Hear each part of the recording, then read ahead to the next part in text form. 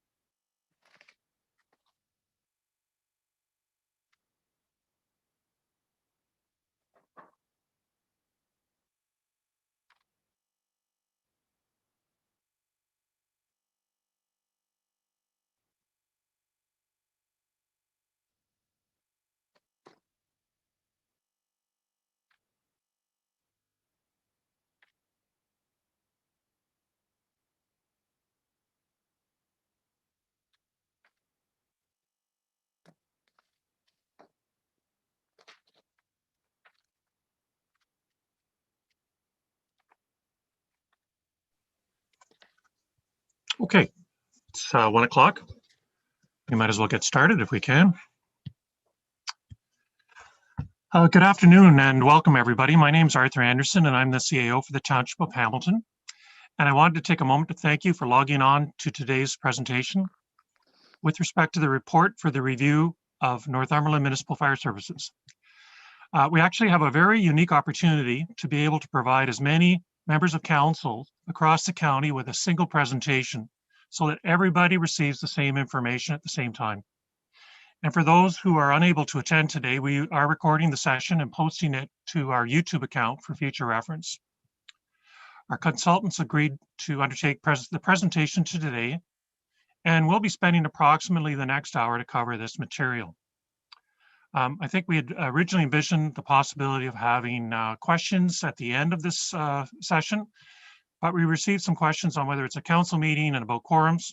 So we thought about it. We're actually proposing to have the consultant present the information, which will address many of the questions or comments you may have. And then we'll formally offer to you the opportunity to have a more detailed presentation on the information at a future council meeting in your respective municipalities. So while this is not a council meeting, it is an information briefing on the actual consultant's report. If I could take a moment, but just by way of background, the CAOs and fire chiefs across the county have had numerous discussions on the need for coordinated services, and there are several examples of success in this area. For example, municipal aid agreements, our shared training, the countywide dispatch and communications, amongst others. So the group had become aware of need to look for additional efficiencies and improvements, given the changing nature of our communities and the way services have been delivered locally and between municipalities. And we know at the same time, our councils from the municipalities across the county have asked us to look and explore cost-saving opportunities and explore partnerships and other initiatives for improving services to our residents. So on behalf of the group, the Township of Hamilton submitted a request to fund a report to review the delivery of fire services in the county of Northumberland. And on January 20th of last year in 2020, the township received a letter from the Minister of Municipal Affairs and Housing, Steve Clark, thanking us for the joint submission under the Municipal Modernization Program and for our commitment collectively to work together and partner with municipalities to find smarter, more efficient ways to operate. Specifically, the minister confirmed that the province would provide funding to the joint review of fire services in the county of Northumberland and for the cost of an independent third-party review. So as a result of this financial support, the CAOs and the fire chiefs formed a steering committee to move forward with this exciting initiative. And the steering committee is composed of members across the county from every municipality, either as a chief administrative officer or a fire chief. That includes myself, Lynn Phillips from Trent Hills, Aaron McNichol from the Township of Crammy, Mike Villeneuve from fire chief from Town of Cobourg, Kelly Serson from fire chief from Township of Hamilton, Ryan Edgar, the then fire chief at Port Hope, and Rick Caddick, then fire chief at Municipality of Brighton, as well as Robin Vandersmoke from Alna-Calderman and Mark Dimony, the fire chief at Alna-Calderman. Subsequently to some changes, Troy Speck from Alna-Calderman and Dan Smith, fire chief at Port Hope, have been part of the work, as well as Jeff Ogden from now with Port Hope, previously with Brighton. So there's been a lot of involvement with municipalities from across the county in this work over the last year. And the steering committee itself commissioned, after an RFP process, to have the Lumex group analyze and summarize all the fire services and programs provided by the departments, and to make sure each of the core departments' core functions were examined.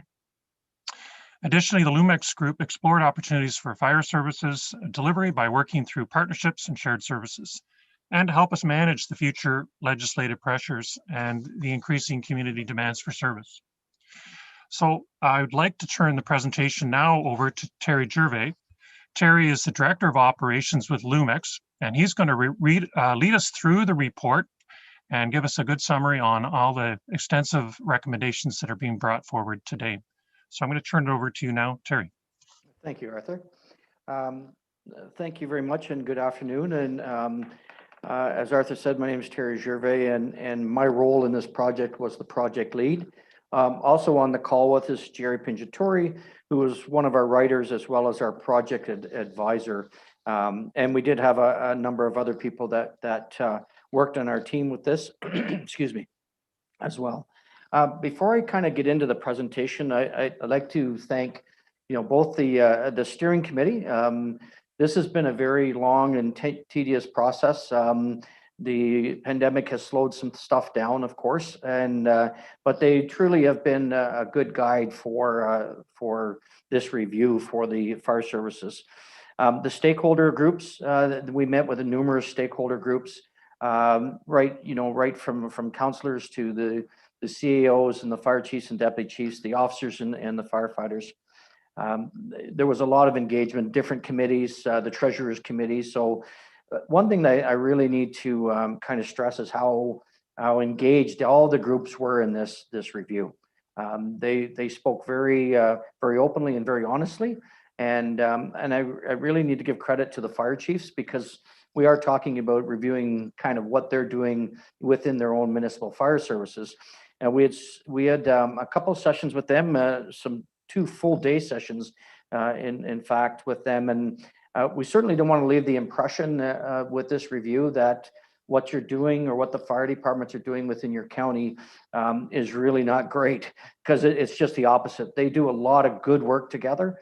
What the review has looked at is what can we go, or what can we take it to the next level, and they were very, very engaged. And also their association, the president and their vice president, and we met with them as well too, and they've helped by providing us information as to the report. So we think that's a real positive, that everybody was well engaged, and certainly for the fire chiefs and the deputy chiefs across the 7 municipalities, they deserve a lot of credit. So This is the first presentation outside the steering committee.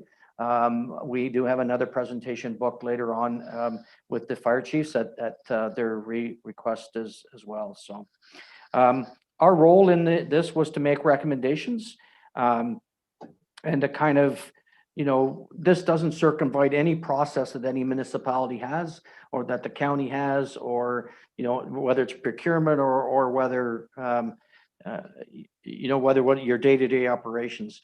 We were asked to conduct an independent review. We were asked to provide recommendations on what we could see from kind of that outside perspective. And at the end of the day, we made some recommendations. We are very conscious that every recommendation, because of the number of stakeholder groups that are involved, not every recommendation is not necessarily going to be in full agreement or 100% agreement right across the board. And we understand that. But what we really believe is the recommendations and the work that's been done from the input that's been provided, that it's going to give you the framework to kind of move the fire service ahead in the 7 municipalities.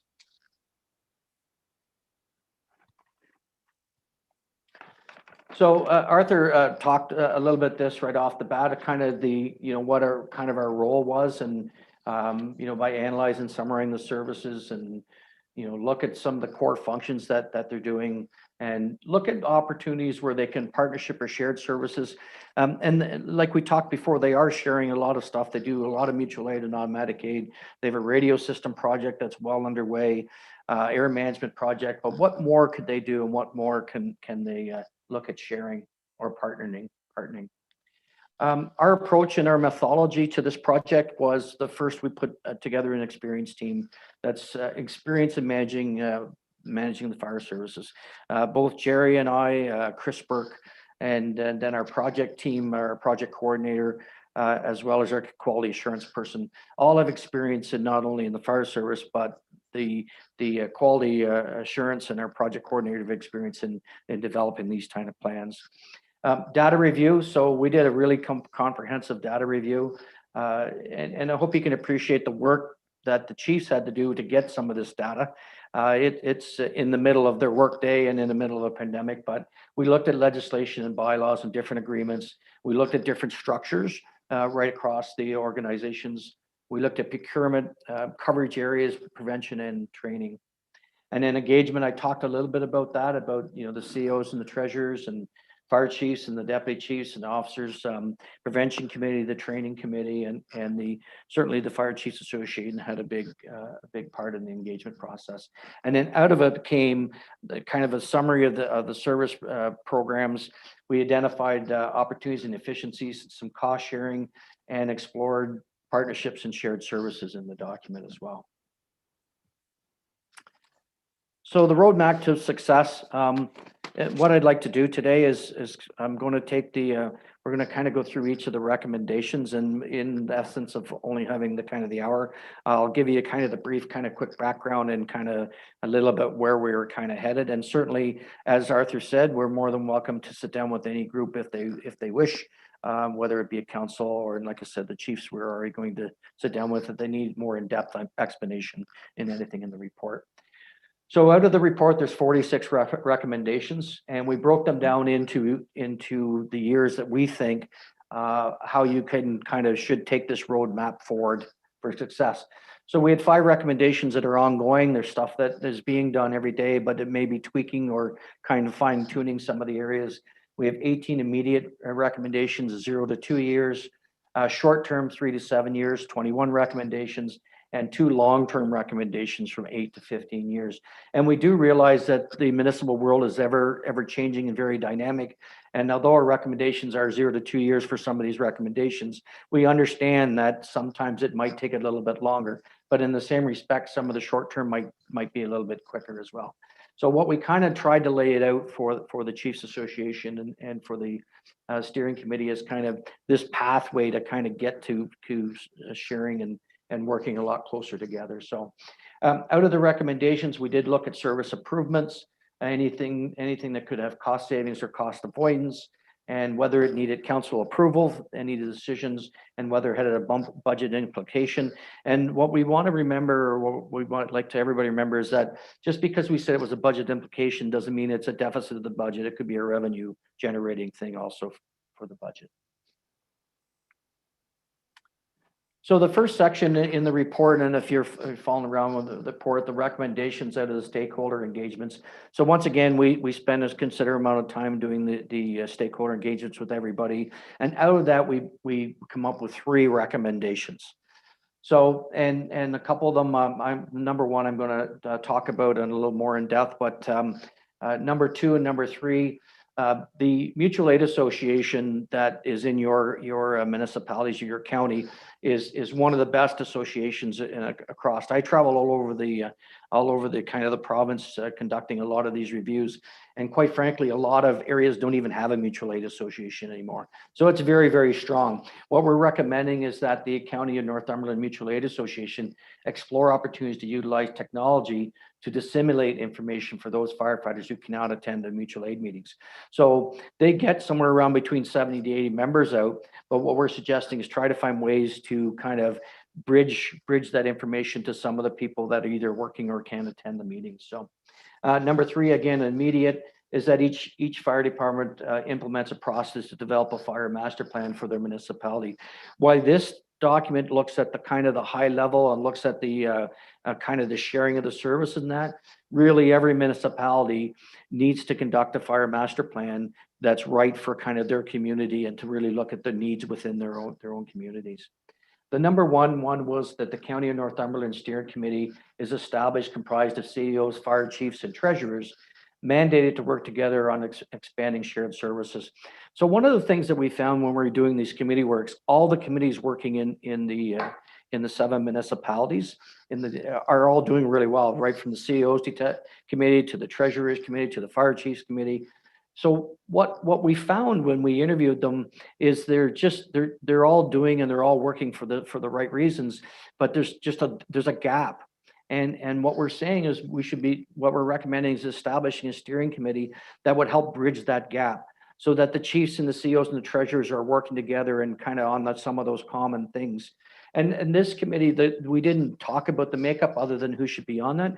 We do know in previous years, the chiefs have engaged the CEOs in some of the projects, but maybe it's regularly all, the 2 organizations or 2 committees meet with the treasurers or a treasurer or 2 treasurers or the chair of the treasurers. That makeup can be determined kind of from within but it really, we think it's important that this steering committee starts to kind of bridge that gap between the chiefs and kind of the municipal or the CEOs group. And again, that's not a bad thing. It's just there's a lot of good stuff going on, and there's some synergies of kind of working together. Social dynamics. So this was something that actually comes straight out of our chief sessions, the Fire Chiefs Association sessions. They realized as we started working through some of the processes that we did with them in those 2 days, we challenged them to kind of say why or why not. Why are you not doing something, or why are you doing something? Which was a really good exercise to go through. But one of the things that we found out, or we kind of discovered as we went through that, is that social dynamics plays such a critical role when you're making decisions for any organization. And it's kind of something that maybe gets missed. So you make decisions, or you say you're going to take something in a certain way, but we forget about the people that it's touching, and thinking about how are they going to react. And in social dynamics, not only when you're talking something this large, you not only have the social dynamics at the municipal levels and the municipal players, but you can have social dynamics within a department, between station to station, or even within a station. So what we're suggesting is that the Northumberland County Fire Chiefs Association, with the steering committee, increase the firefighter engagement, developing programs that include but not limited to face-to-face meetings, surveys, town halls, and routine basis, and thereby providing a mechanism for feedback from the stakeholders. We think that the officers and the firefighters, have a huge input into kind of how the service should go, and they want to, and they're really engaged to do that. And then the second one was the Northumberland County Fire Chiefs Association work with the Fire Service Steering Committee to develop a process to review and consider social dynamics that may affect stakeholders. So what we're kind of thinking there is that we come up with kind of this process, or maybe even that checklist. So when decisions are made, is we think about that part of it. How is it going to affect the stakeholders? How is it going to affect the station, the firefighter, the municipality, council, the residents? So, you know, we kind of maybe do that informally sometimes, but we're suggesting that we create a process that it's done on a more formal basis. The next one is recruitment and retention. Again, as you know, most of everybody on this call recognize that the volunteer fire service, this is a big issue for them across. And you know, we spent a whole kind of a fairly large session on recruitment and retention. So the two recommendations sorry, I think there's more than two. I apologize. No, two recommendations that come out on for the recruitment and retention is that the first one is the Northumberland County Fire Chiefs Association work with the Mutual Aid Association, develop a county-wide recognition program. So if you could just picture these firefighters and officers that are, you know, working so hard for your communities. And then, you know, we look at them and we look after them kind of internal. We do appreciation nights, we recognize them for certain things. But could you imagine if they could be recognized across the county, you know, by their peers at a mutual aid association night? You know, how important that would be for them. So we think that there's some really good synergies, and there's some really good things to bring that recognition level for the firefighters up. And number two, that the Northumberland County Fire Chiefs Association works with the Fire Service Steering Committee to develop a long-term recruitment and retention strategies for volunteer firefighters and part-time firefighters across the municipality. So one of the things that we talked about is you know, the volunteer fire service is can be looked at as cost avoidance, but you know, they truly in your communities are you know, they're big players within most of the communities within your county.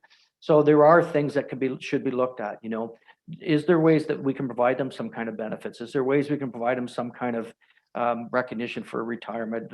You really kind of need to open up the scope of being able to say, how can we recognize and retain these individuals?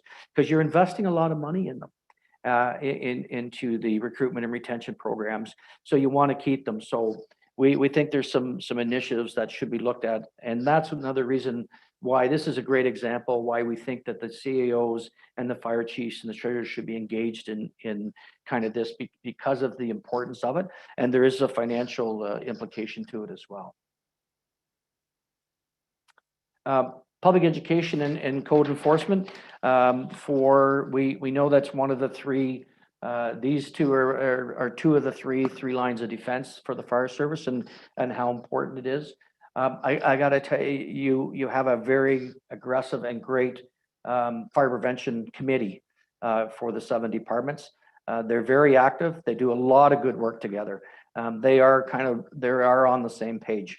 They've done videos and they do radio ads, and they really truly work well together. And that's a lot of credit to the members of that committee. So some of the things that we think that in talking with them and then kind of talking with some of the chiefs, some of the things that we think that could assist the 7 departments is for the Fire Chiefs Association to work with the Fire Prevention Committee to develop an inventory of the county fire prevention material that can be shared among the departments, and develop a policy of joint purchasing and strategic locations for the public education storage of the materials. So again, they are sharing stuff, but it needs to be a little more formal. They need to identify what they need to provide public education across these 7 departments. Look at it, because you are fairly spread out. Look at some of the strategic locations that you could place the materials. You know, what do they actually need? How many Sparky suits? How many fire station extinguisher trainings or tutors do you need? You have some, fire safety houses. So just kind of more formalizing. This is kind of a cleanup, formalizing thing for the Public Education Committee. Number 2 is the Northumberland Fire Chiefs Association working with the Fire Prevention and the Steering Committee develop a proposal to adopt by municipalities to hire a countywide fire inspector. So one of the confusions that we don't want people to think about is there's difference between that public education and that fire inspection. So even when we talked, there you have a number of fire inspectors within the 7 municipalities. Is there ways that you could share some of them? That's something that could be looked at. But even the ones that have full-time inspectors, when we talk to some of them, they are burdened. The growth in some of your communities is kind of expanding the need for the fire inspector. We have some municipalities that it's shared by an additional role of maybe the deputy fire chief. We also have some municipalities that don't have an inspector. It is one of the areas where that actually can be shared, because if you're inspecting the code is based on a building, not based on the demographics of your community. So, a building in one part of the county and the building in the other are kind of all the same. So that's something that we think that that should be kind of looked at, not for the public education, the prevention. The committee's doing a great job, but somebody or some sort of form of doing countywide fire inspections as well.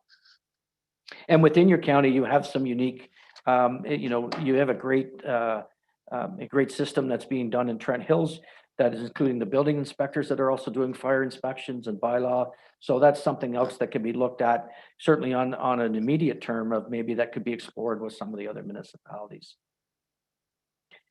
The number 3 is immediate, that the Northumberland County Fire Chiefs Association with the Fire Prevention Committee develop an enhanced county-wide program for hoarding and mental health issues. That would include providing the necessary logistics while working with external stakeholders. So this is kind of, as we all know, this has been an issue for the last number of years across the municipalities.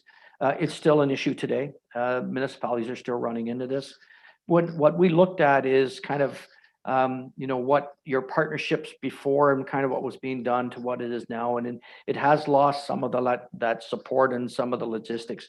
So what we're suggesting is that the chiefs and the prevention committee sit down and relook at that hoarding and mental health issues, what is actually needed and what support can be provided in the way of either some hard logistics or some materials.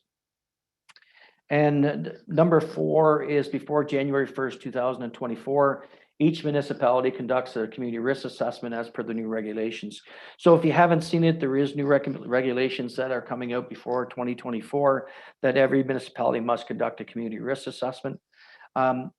We think this should be springboarded in with the fire master plan, and that you develop your community risk assessment, you find out what the risks are in your communities, and then the fire master plan talks about how you can mitigate them, share them, accept them, or do nothing with them. So it is part of the legislation, but 2024 will get here sooner than later. We think it's a process that should get started, and it should go hand in hand with doing the fire master plan.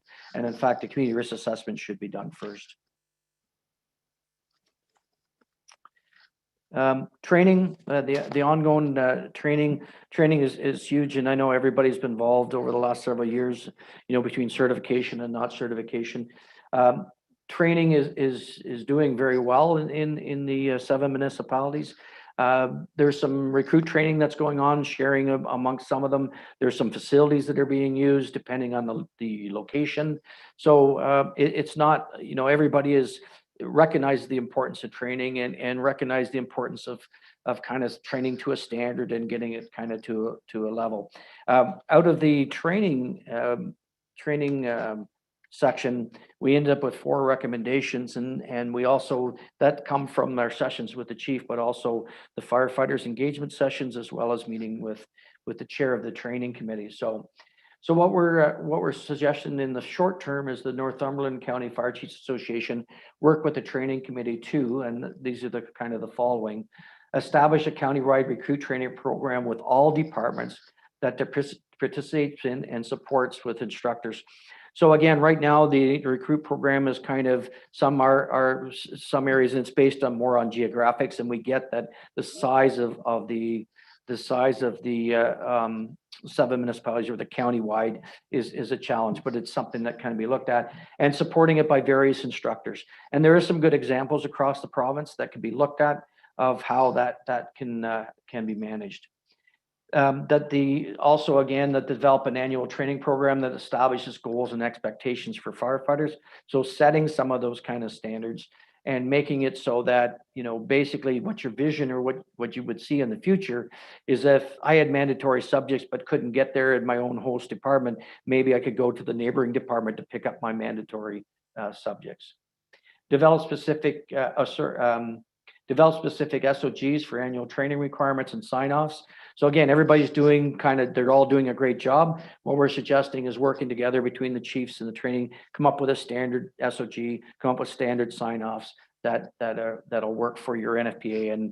And although certification isn't here now, certification is going to circle back. That's going to kind of happen. So develop and formalize an officer development program to ensure those placed in the supervisory role are qualified and competent under the Ontario Health and Safety Act for the requirements of a competent supervisor. So this is a pretty important one, because it really, well, all training is affected by the act, but this is a pretty important one. And it's something that's hard to do within your own department.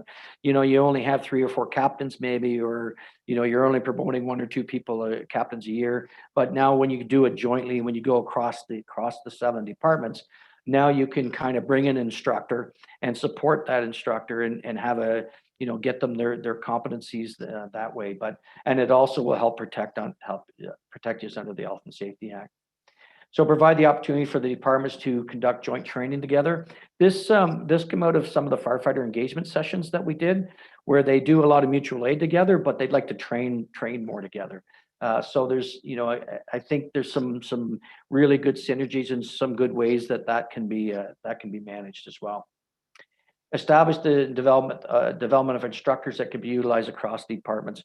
We all have expertise within our departments, and it's just kind of nice, would be nice to share them. But it'd also be nice for the people doing the training, say, you know what, I'm going to train on XYZ tonight, and Trent Hills or Crammy has 2 instructors that are really good at teaching the XYZ. Can they come over and teach our people tonight? And it makes really good training, and it bridges gaps and between departments. But it's nice to have training from somebody outside as well too, and we all like that part. The training committee focuses on ensuring that the recruit training program is successful and the training needs and resources are provided to the departments. So we talked a little bit at one of the other ones about the recruit program. It really truly is one of the true ways of bringing departments together. It helps you train to a standard, which will lead into later on when we start talking about the effective response force or cross-border firefighting. And it also, now when they do mutual aid together, they're starting to recognize each other and the talents that each of them have. So number 3 is a long-term one, and it's you do have three pretty good training facilities around you. The long-term in the 8 to the 15 year, in light of some of the issues that are happening and fire college closing, I don't think it's something that can be ignored. And so the Northumberland County Fire Chiefs Association work with the training committee to complete a feasibility study on the creation of a countywide training center. And that doesn't mean that, it's a large training center like you might see in the town of Oakville or city of Oakville. It could be some of the stuff that you're doing already with scene cans, but I don't think it's something that you kind of should ignore. It is a long-term goal. There is some cost that would be associated with it, but it is something that, and by conducting the feasibility study and looking with what you got and what partnerships you have in some of the other towers or some of the other training sites rather around, you'll find out whether it's a feasible venture or not. And the fourth one is that the Northumberland County Fire Chiefs Association work with the training committee to develop an SOG on training and training on the accountability program. So the chiefs have done a lot of work on the accountability, and they have kind of developed kind of a standard across. And what we're suggesting is they just need to kind of formalize that, and then let the training committee develop some lesson plans and some training. So put it down in an SOG that's adopted by all the 7 municipalities. So asset management and procurement. So, I got to thank Aaron for setting up a session with the treasurers as well too. And we talked about procurement and we talked about asset management. So I thank him for that. So the three recommendations that come out of asset management and procurement is that the Fire Chiefs Association identified life cycle assets like bunker gear and fire apparatus and jaws of life and hose. And they standardize it across the department to find synergies or find some cost savings. And number two, that the Northumberland County Fire Chiefs Association, based on the identified standards for life cycle, establish a working group to mandate to develop specific specifications for all departments to follow. And then the third one, and I'll come back and talk about them all, the Northumberland County Fire Chiefs, working with the Fire Service Steering Committee, develop joint offers, standing offers, requests for proposals, and tenders to purchase identified life cycles assets. So one of the things that we discovered, and everybody's wearing bunker gear, and everybody's buying hose, and everybody's wearing breathing apparatus, and so what happens sometimes, so we're not necessarily all buying the same breathing apparatus or breathing apparatus you are, but like bunker gear or gloves, and we think that's something that if you set some standards and you engage by getting some working groups and develop a standard for your 7 municipalities in the life cycle, there is some cost savings. So when you go out for a standing offer or a joint tender or a joint RFP to say, we're going to buy this bunker gear, and we're going to buy this hose, or we're going to buy this, and you are doing it to a certain extent. There's been some stuff with air management, there's been stuff with Absorball, but I think we think it could be expanded a little bit. And it is a tougher one because you all have, each one, you talked about the social dynamics. Each department has kind of their own social dynamics on as far as kind of what gear they're wearing or what hose they're buying. So we think it's something that could be kind of looked at, set some standards, set out some standing offers. And in fact, there's some standing offers that you could have different kind of levels of gear, if you will, or levels of a piece of equipment, so that if you want to buy this one, it's this, and if you want to buy this one. But we really think, and we think there's some real synergies there. And they also, with the treasurers group that are working towards having one procurement policy, and we think there's some stuff that could even go that much bigger, so that you can be buying it, they get, the Chiefs Association could jump in with the county-wide purchasing as well too, which you're doing a little bit of. We just think there's some more areas that you can kind of expand that. Water supply for non-hydrant areas. So the report, we didn't spend a lot of time. We didn't look at the hydrant areas. We spent most of our time in the non-hydrant areas of the water supply. Once again, across the seven departments, for the most part, they're supplying water all the time, and they have their tankers, but what we found is, and again, this was driven from some of the firefighters and the officers' engagement sessions that we held, was we're finding we have some different standards or different kind of procedures, and they're finding it a challenge depending on which way you're working. So what we're suggesting with the Fire Chiefs Association is to develop an SOG that is countywide for water supply in non-hydrant areas that you can adopt. And then everybody can kind of, when you have a call working together, you'll be working together and it'll be seamless. We are very conscious that on the edges of your county departments or the municipal departments, they are working with outside other departments as well. So you got to be conscious of that. The things to remember is when they're coming in, they're usually in support of your group.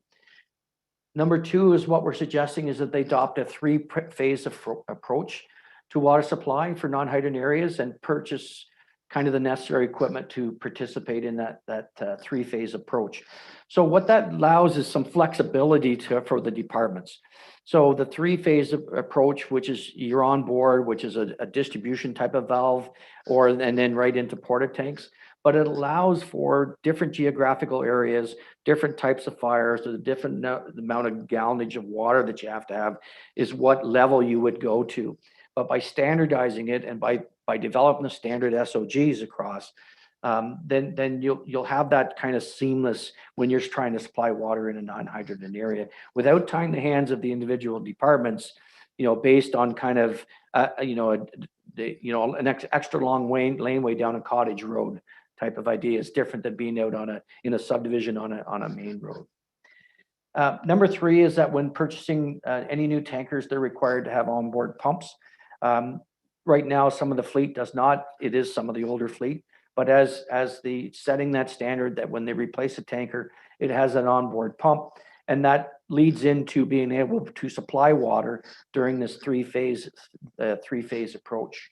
And in the short term is to look at any of the departments that do not have an onboard pump, and that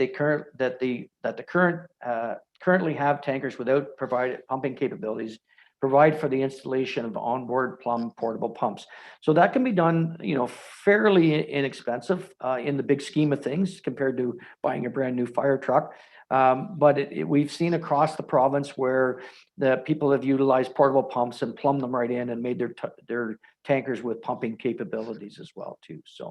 So that's kind of where what we're thinking in your water supply for non-hydrant areas. And it helps lead in for better level service and also maintaining your accreditation as well. Emergency management. This is one area that it didn't matter which engagement session we talked to. The emergency management was kind of front and center. We realized that because of the pandemic, we had to kind of be conscious of that it's on everybody's forefront. But one of the things we found right kind of across the board was how taxing it was currently for the fire chiefs to add that role on top of the role that they're doing. And in the middle of the pandemic, trying to manage the department, trying to manage the pandemic, and including doing all the paperwork.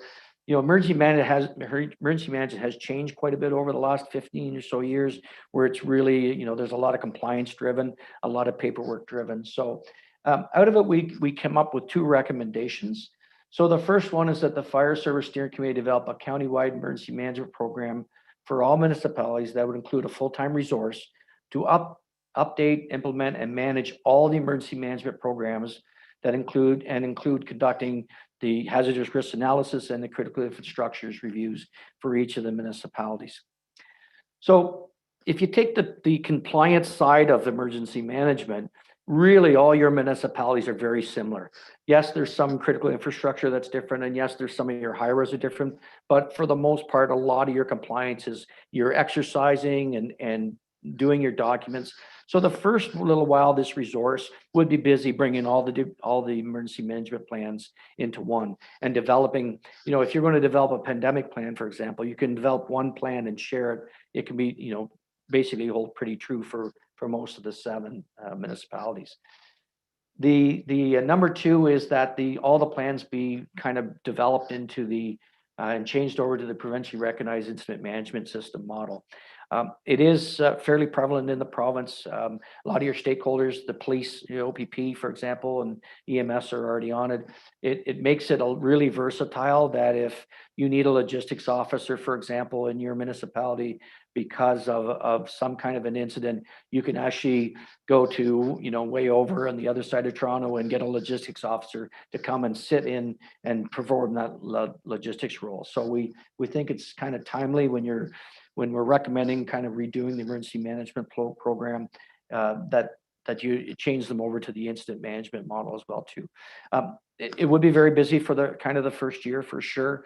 And then after that, there'd be a lot of it that would be kind of maintaining, and there's still a lot of work. There's still a lot of work, doing all the meetings. There's still a lot of work doing the exercising, whether it's tabletops or large scales, the training that has to be done right from councils right on through to the emergency control groups as well. But it really truly was one of the things that shone in everywhere we touched. We did talk about in our group about, do you keep the emergency management program within the 7 municipalities, or do you share it out with, or somewhere else? And, one of the things about the compliance piece is one thing to have somebody do your compliance, and that's easily, that could be a third party or there's a full-time resource. But it's when you have an actual emergency, it truly falls back onto the municipality. So we think it's important the municipalities have a say in the development of the plans and the workings of the plans, because the act says it's a municipal emergency. They're the ones that have to manage it. So. Technology, as we're all very conscious of technology and how our world is ever changing. Even today, we're conducting meetings over a Zoom platform. So the fire service is no different. There's some big technology that's coming. There's over the next several years, and what we really talk to the chiefs about is some of it's out of their norm, right? It's things like the pagers and cell phones and we get that, but you really can't kind of turn away from this technology. It's going to happen. You need to embrace it, and kind of the best way to kind of develop it. So the first one is that the Northumberland County Fire Chiefs Association finalized the radio communications project and develop a standard SOG on radio use to be adopted by all the departments. The program is well on the way, and speaking to the deputy chief in Colbert, who's kind of managing the program. They're really truly hoping to kind of finish up the project kind of this year, but the pandemic has kind of slowed things down, and both from the kind of the technological and the people that are doing it, as well as just the logistics. So, but the hope is still, what we're recommending is once that gets in place is develop those SOGs, that of how that's going to be managed and utilized. The next one is the Northumberland County Fire Chiefs Association develop an SOG on the required use to Who's Responding app to be adopted by all departments. We understand that there's some challenges with that recommendation, and we understand that there's going to be some pushback in some areas of, if I'm going to use this app as a part of my day-to-day thing, who pays for the data and who pays for the cell phone, and we kind of get all that. Other areas have went through this, so you can talk to them about that, but truly in the future, it's something that's got to be looked at. If you look within the departments now, a lot of the younger people, and we heard this from some of the chiefs, the younger people won't carry the pager, they carry their cell phone because that's all they know. They don't have a computer, they do everything kind of on their cell phone. So why this, not necessarily has to happen this second, it's something you really got to think about. And the tools that are available with this type of application, whether it's Who's Responding or any of the other ones, the tools that are available that can help, not only with the effective response force, but kind of just being able to share information is a lot better than kind of the old traditional paging network. So. Number 3, that the Northumberland County Fire Association develops standards and protocols to better obtain the effective response force for the dispatch center to automatically notify additional resources when required. The number of firefighters are not responding based on the Who's Responding app. Excuse me 1 second. So right now, your county coordinators do a great job of helping to backfill, adding more equipment. What we're suggesting in order to make that kind of a more seamless process is once the firefighters are using the app, you can develop that technology within the dispatch center. And although currently, that may not be there and they may not be interested in that, but it's still something you should not kind of think about as you move forward, that you could develop the protocols that say, with this type of call in this type of area, if this many firefighters don't book on in a certain time frame, then automatically do this. And right now you're relying on the coordinators to kind of do that. So that doesn't mean that the coordinators don't have a very important role, and they do, but you could set some standards ahead of time and allow technology to kind of work for you in speeding up the process of getting stations going faster or more firefighters. Number 4 is the Northumberland County Fire Chiefs Association established a technology committee that would look at aspects of technology, including the use of tablets for response vehicles and cell phones for firefighters. We think technology is so dynamic and it's coming so fast at us that we believe that the Chiefs Association should develop a committee and to kind of stay ahead of those projects and start thinking about those projects and forecasting in the future of how it might look. So. And number 5 is the Northumberland County Fire Chiefs Association complete a review on the use of drone technology that would increase the level of service for municipalities and would enhance the safety of firefighters. So drone technology has been around a bit, and there's been some challenges for the fire service, but for the most part, I think a lot of that's getting worked out, but it's something that can be looked at. It can be utilized during emergency scenes, wildland fires. It could be utilized when you're at a fire scene and an investigator. A building that's unstable, you could use drone technology to go in and do a survey of the building and to help with investigation. So we think it's really important. Again, it's an expensive technology to do by themselves or individual, but it's another really good way of sharing services and everybody kind of chipping in, or the pool, to come up with a shared technology that can be used right across the 7 municipalities. Specialized services. So this is another thing that the for the most part, the chiefs are doing a pretty good job of this. There's specialized services right across the 7 municipalities. What we're thinking, we should, it needs to be a little more formalized, and need to do a little more research on kind of what you need to do and what should you be doing and where is best to place it. So the number one recommendation was the Northumberland County Fire Chiefs Association formalize agreements, service level, and automatic aid to access specialized services within the departments. They're doing a lot of stuff now, but sometimes we're doing it because that's what we do under kind of, being that good neighbor, or sometimes we're doing it based on mutual aid when it's really not kind of mutual aid. So it's, again, formalizing those processes, taking to a council to get these process or agreements adopted by council. The second one is the Northumberland County Fire Chiefs Association determine the location of the specialized services based on statistics and actual calls for service. So what we're suggesting here is that they actually start to look at where the calls are serviced for across the seven municipalities, and where should we be placing that confined space or the trench rescue, or and they may be all in the right spot, but right now it's kind of more based on kind of individual municipalities, and maybe it's something that can be looked at kind of at a bigger picture. Number three, that if all firefighters at a minimum are trained to the awareness level in hazardous materials, trench, high, low angle, confined space, and water ice rescue. They've had some examples of this, that some of the specialized service calls they go to, where if they pull up and the plan has already started and started in the right direction, then things are going to go a lot smoother and a lot quicker. So we're just saying this is a standard for any specialized service, that all firefighters across, this should be part of their core services, being trained in these disciplines.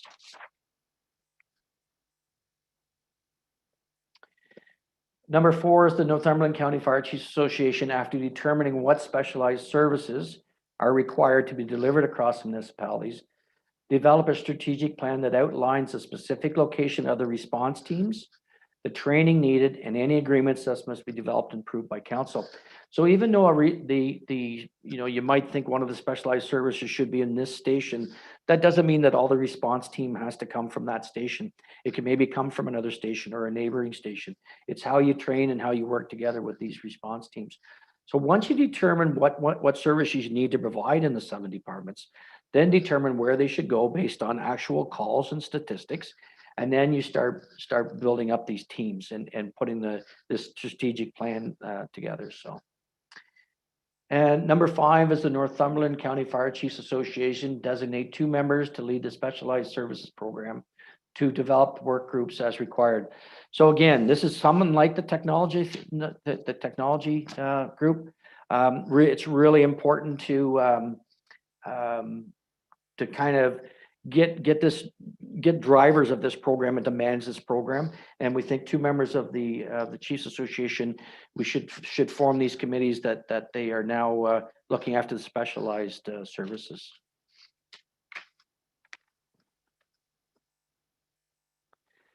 Senior administration staff. So we basically looked at the chief officers and kind of had a look at what we had across the 7 municipalities. And we had 3 recommendations that come out of that. The first one being the Northumberland County Fire Chiefs Association conduct a working session to review the responsibilities of each chief officer within the departments, to identify any duplication of services that could be shared, and potential opportunities to manage current and future pressures. So what we're saying is for the chiefs to kind of get together, look at any duplication, and is there ways that they can share some of those duplications, because there's other pressures. Every one of them has additional pressures that they're having a hard time managing. Number two is that councils and the fire chiefs, chief administrating officers, before hiring a chief officer, review with the fire service steering committee any potential to share a position within the municipalities or reallocate the FTE to a vacancy in the chief officer ranks to solve any identified pressure. So we understand that the municipalities have each individual needs. What we're suggesting here is just to kind of, sit down with the steering committee or kind of bring up to the steering committee, this is the potential. We have somebody that's going to retire in a year's time. Is there an opportunity to share? Do we need to share? Can we share as another FTE that we may be able to kind of look at? So number three, that the Northumberland Fire Chiefs Association develop an on-call chief's position that would have 2 chief officers on call weekends and weeknights to support the emergency incidents on the on-scene incident commander. This is we realize that this one is kind of it's a tough one to kind of even think about for some of the chief officers or for the chiefs, but we're down the road. We want to share. We're looking at cross-border firefighting, and we're looking at maybe softening borders and that kind of stuff. This is something that takes a big toll on the chiefs of being on call within their municipalities and to support those incident commanders. So we recognize that this isn't one that's not an easy one to kind of look at, but it's something that we think down the road that needs to be looked at in order to make sure that you're maintaining the good people that you have.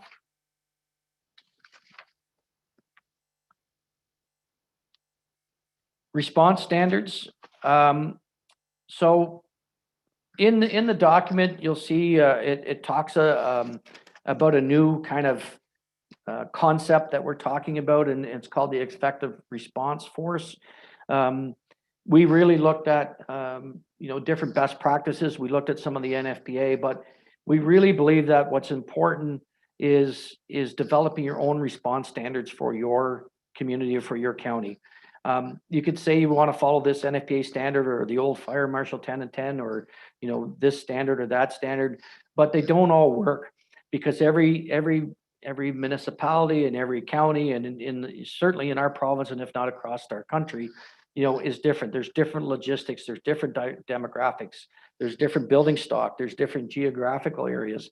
So we really believe that this is a way to develop a standard that council can adopt to move forward on what you're going to provide the level of service for your communities. So the first one is the Northumberland County Fire Chiefs Association worked with the Fire Service Steering Committee to develop response standards for low, medium, and high risk in different density areas using the effective response force model and submit it to council for approval.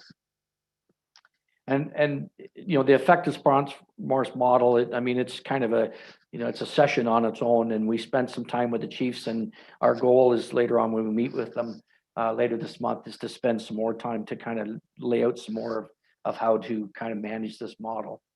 Number two is the Northumberland County Fire Chiefs Association worked with the County and Northumberland GIS department to develop response areas, define the closest station response and automatic aid for structure fires based on road network and road speeds, those high risk calls. So the county GIS department has been fantastic. In fact, we were hoping to have all the maps done and they had some glitches, but they did get the maps to us that we will share, and we'll certainly show them to the chiefs as well too, as a model of how you can do. So the picture that's on there was done years ago by the GIS and with the Chiefs Association, and it's the old 8 kilometer around the station. But as we all know, it doesn't necessarily take into account hills, and it doesn't necessarily take into road speeds and road networks. So the county has developed this, and now you own it. It's your mapping that you can say, we have this kind of road speed in this municipality, and who's the quickest station kind of in there. And the other thing it takes into account, the assembly time between a career station and a volunteer station as well too. You can put those based on statistics, you can put that in there. So what you'll see, instead of circles, it becomes more like a polygon or different dynamic shape that will actually truly show you, who can be the quickest station in there as well. And that doesn't necessarily mean that you're cutting out another station. Our recommendation on structure fires is you send the closest departments to go, and then that doesn't matter who it is. For a structure fire, it's really important. And then whoever gets there, they do their thing. And when the host department gets there, the other department can stay or they can go. So, but it's going to be a great tool for you. And we really got to thank the county GIS department for that. Number 3 is that the Northumberland County Fire Chiefs Association established a compliance committee that would develop the process to improve standardization for collecting data and conduct regular quality assurance on data used to set responses for the effective response force. One of the things we found through the collecting the data, and even some of the chiefs recognize that we're not necessarily collecting data all the same. And that's something that this compliance committee could start collecting the data and reviewing the data, or at least, setting up policies to review data so that it's standardized. And when you're looking at it, you want to know what shoot time is or assembly time. You're saying the same thing all across the 7 departments, because you can't make decisions if you're comparing apples and oranges. You need to compare the apples and apples. And number 4 is that the Northumberland County Fire Chiefs Association developed standard critical tasks setup times based on their local abilities. Again, this is the number of firefighters you would put on scene and what tasks they would do and what time they would take them. But again, you're doing it based on your local abilities. You're setting your own standards, not a standard that somebody else is setting for you. So the last section, I know I'm getting close to my hour. So the effective response force implementation and kind of how we see that you can, once you've gathered the stats, you've got the stats going good, you've gathered it, you've set your standards. Now, how do you achieve the standards to provide that service to your residents? So number 1 is that the Northumberland County Fire Chiefs Association develop policies that would allow for cross-border firefightings. So a firefighter is trained in AH but works in Crammy, and you have a structure fire during the day in Crammy, why can't that firefighter go and respond? Yes, we know there's some challenges, so some HR issues, WSIB issues, training issues, but we put this as a long-term implementation, but it is something that we think you could work towards to provide that effective response. If they all go to the same recruit training class and they're all trained the same standards, that's something that they have a common accountability system. It's something that can be looked at or should be looked at. Number 2 is that the Northumberland County Fire Chiefs Association worked with the Fire Service Steering Committee to develop a policy that would allow firefighters to respond to an emergency call while working for the municipality. And this policy would be presented to all councils for consideration and adoption. So we in the volunteer fire service, in a lot of ways, they ask the local businesses to allow people to respond. And lots of times we don't allow our municipal employees to respond to a fire call. So we're suggesting that between the 2 committees, they develop a policy that they can take to councils to have council review and implement or adopt across the 7 municipalities.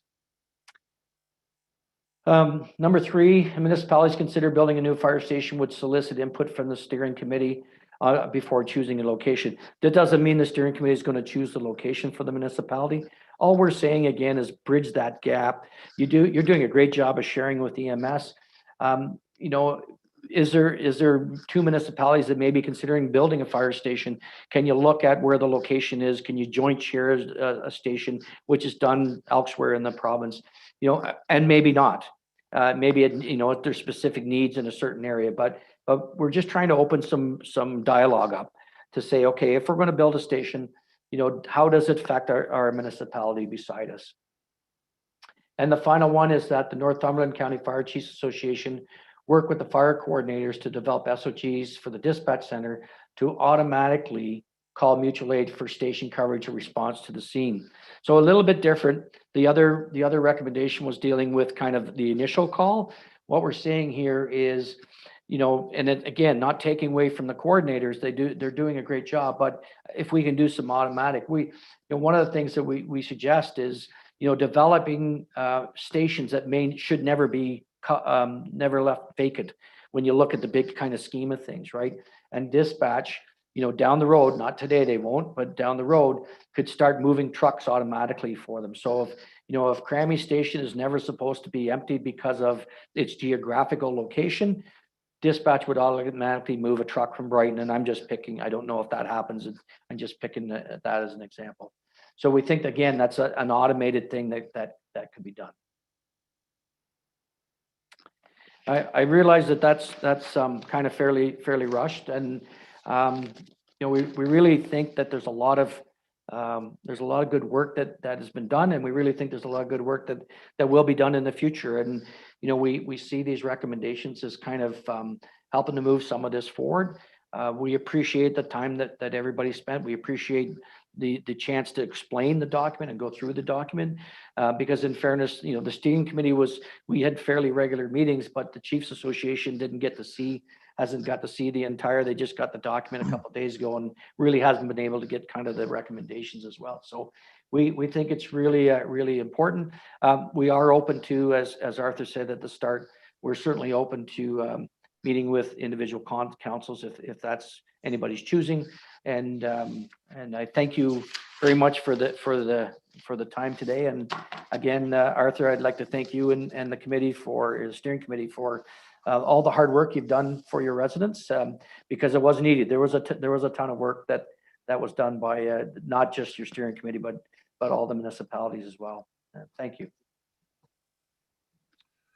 Okay, maybe I'll take over from there, Terry, and just say thank you very much for, first of all, leading us through all those recommendations, giving us the context. It's a lot better to have it again from one source than to try and read a document and not fully understand the context or the background. So you've done a great job of outlining that information today in the short time we've had.